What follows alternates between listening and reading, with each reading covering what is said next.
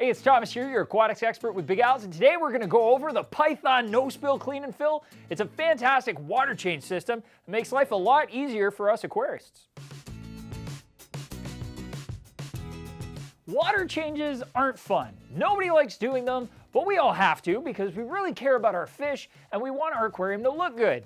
But doing water changes doesn't have to be a daunting task. It can be a lot easier, and Python has made that possible for you. The No Spill Clean and Fill system helps you take care of 3 jobs. It's going to help remove the water from the aquarium, it's going to help you clean the gravel with a gravel siphon, and it's also going to help you refill the tank, which means you don't have to carry buckets around. It's great. It's going to go right from the sink to the tank and vice versa.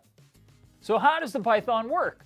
First, I carry it into the bathroom, set it down on the counter, then I like to remove the T-pump, and then the brass adapter from the T-pump.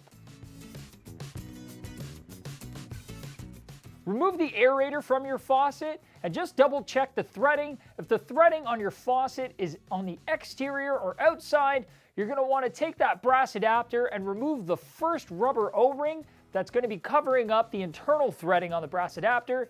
Next, just thread that brass adapter right over top of where the aerator used to be, and then go ahead and attach the T-pump. So next, I just open up my Python porter and free up my tubing. Then I'm going to take the end of the Python where the T-pump was attached and just reattach it back to the T-pump. The reason I actually take the T-pump off first is because I find it easier to attach to the faucet that way without the weight of the tubing hanging onto it. Now that the hose is attached, go ahead and give the bell on the bottom of the T-pump a quarter turn and pull it down a little bit. It'll drop into place for suction, and then you can go ahead and turn on the faucet, use cold water only, and get that flow going. Now your Python's ready to start removing water from the aquarium, so we're going to pick up the tubing and head to the tank. And just like any old water change, we're going to want to turn off the heater and the filtration system and even air pumps just to make sure there's nothing running in the tank that could get exposed to the air that shouldn't be or end up running dry. I can clearly see the 10-inch gravel tube that comes standard with a Python really isn't going to help me here. The tank's really tall, so rather than being up to my armpits in water, I'm going to swap it out with one of the other Python extensions. I'm going to use a 36-inch one. Python makes a wide array of different sizes for whatever size tank you might have. So it's a quick swap. Simply unscrew the gravel tube right at the valve. The new gravel tube is going to come with the tubing lead as well as that collar, so you can screw it right on in place. As soon as you get the gravel tube into the tank, you'll notice that the suction starts pulling the water up the gravel tube and then down through the tubing. It's going to take that water directly to your sink and then down the drain, which is awesome. And now it's time to get that gravel tube and push it into your gravel. It's best to try and keep the tube vertical, just makes it a little easier for operation. You'll start to see some dirt travel out of the gravel and up the tube.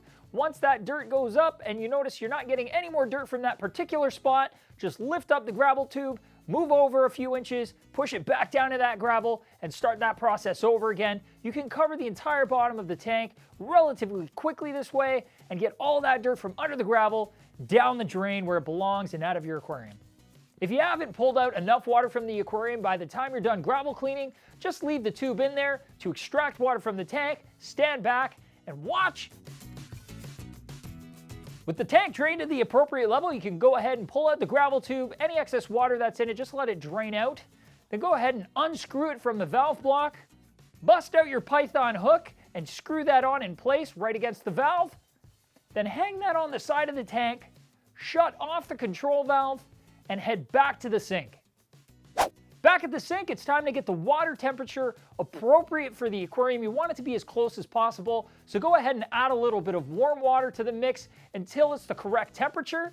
Then go ahead and grab that bell, push it up, and give it a quarter turn in the opposite direction to get it into the pumping mode, ready to refill the aquarium, and then head back to the tank. Now that we're back in the tank, it's time to open up that control valve and start refilling the aquarium. Right around this time, I like to add a little bit of water conditioner, just enough for the volume of the water that I've pulled out of the aquarium. You can go ahead and add it right to where the Python hook is attached, and it'll mix it all into the water for you. If you'd like to, for a little bit of an extra safety buffer, you can go ahead and add a bit of a bacterial additive as well.